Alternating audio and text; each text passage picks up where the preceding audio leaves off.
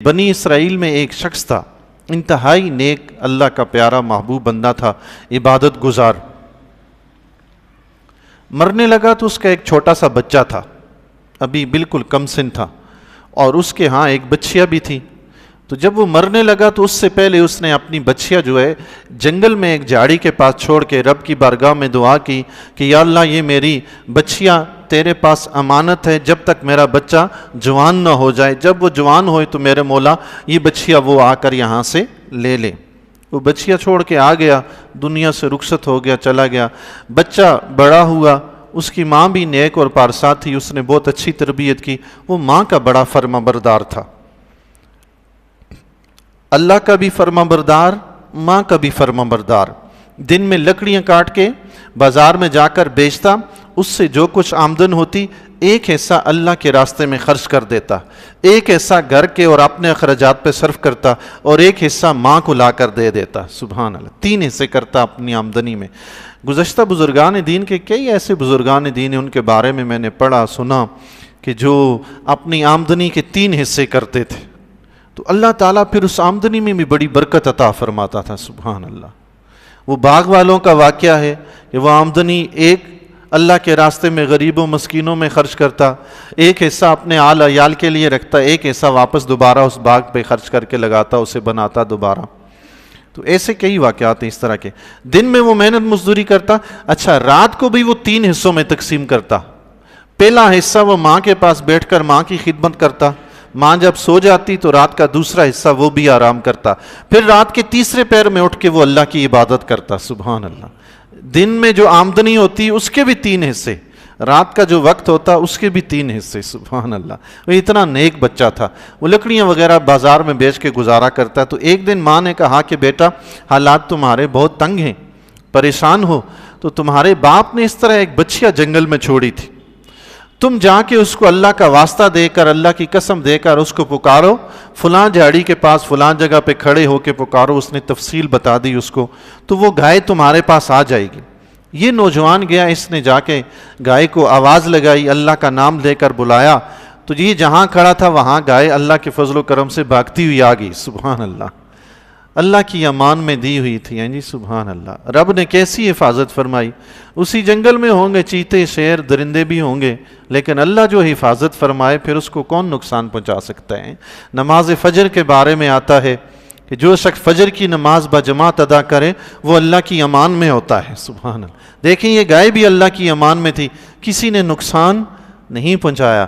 تو فجر کی نماز پڑھ کے سارا دن مطمئن ہو کے گزارا کریں، ادھر گولیاں چلیں یا ادھر چلیں، ادھر فائر ہوں یا ادھر فائر ہوں، آپ اطمینان سے رہیں کہ اللہ کے نبی نے فرمایا جو بجماعت فجر نماز پڑھے وہ اللہ کی امان میں ہے۔ بے فکر ہو جائیں، اب اللہ کی امان میں ہے۔ سبحان اللہ۔ اپنے آپ کو اللہ کے سپرد کر دیا کریں۔ جی گائے آ گئی، نوجوان کو ماں نے کہا تھا کہ گائے کو گلے سے پکڑ کے تم نے لے کے آنا ہے۔ اس نے گائے کو گلے سے پکڑا اور چلا۔ خدا کی قدرت، گائے بول پڑی۔ اس نے کہا تم پیدل چلتے چلتے تھک جاؤ گے، میرے اوپر سوار ہو جاؤ۔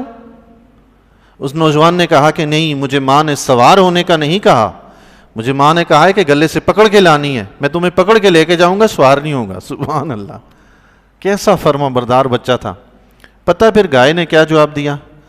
گائے نے کہا اگر تم میرے اوپر سوار ہو جاتے تو پھر تم مجھے کبھی بھی نہ پکڑ پاتے، یہ تمہاری ماں کی فرما برداری کی وجہ سے اللہ تعالیٰ تجھے یہ انعام دے رہا ہے۔ سبحان اللہ۔ وہ گائے لے کے گھر آیا، ماں سے پوچھا، ماں نے کہا بیٹا جاؤ اس کو بازار میں 3 دینار کی بیچ کے آؤ، لیکن جب سودا طے ہو جائے تو مجھ سے آ کے مشورہ ضرور کر لینا۔ وہ بچہ لے کر چلا گیا۔ اس وقت بازار میں گائے کی اتنی ہی قیمت تھی، 3 دینار۔ وہ لے کر چلا گیا، بازار میں پہنچا تو بازار سے پہلے ہی راستے میں اس کو ایک بندہ مل گیا۔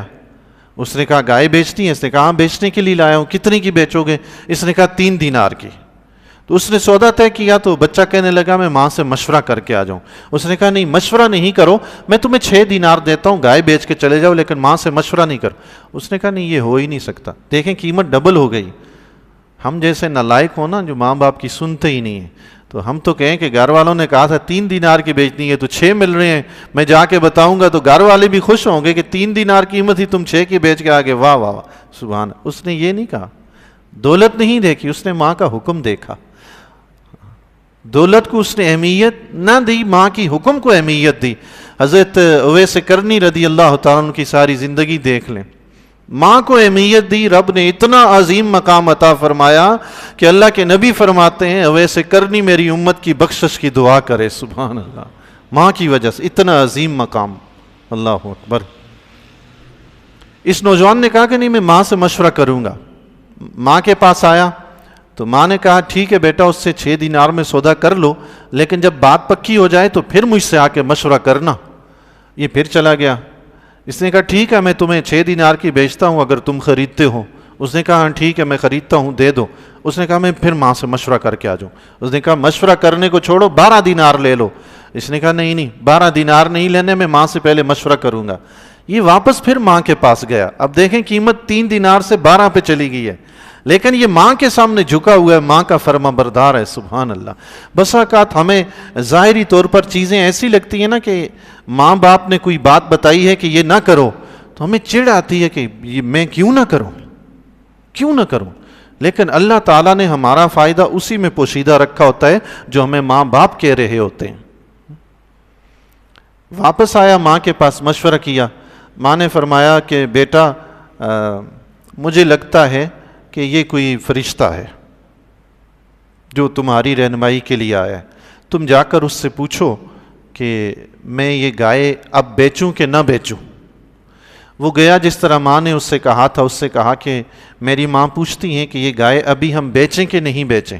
اس نے کہا نہیں ابھی نہیں بیچو، ان قریب بنی اسرائیل کو ایک ایسی گائے کی ضرورت ہوگی، موسیٰ علیہ السلام اس کو خریدیں گے، پھر تم یہ گائے بیچنا اور اس گائے کی قیمت اس کے چمڑے کے اندر سونا بھر کے تمہیں ادا کریں گے. سبحان اللہ. اللہ چمڑے میں جتنا بھی سونا آ گیا اس کی کھال میں، اتنا سونا تمہیں اس گائے کے بدلے میں دیا جائے. یہ گائے پھر اللہ تعالیٰ اس گائے کی نشانیاں ان کو بتاتا رہا. وہ پوچھتے رہے، اللہ تعالیٰ بتاتا رہا.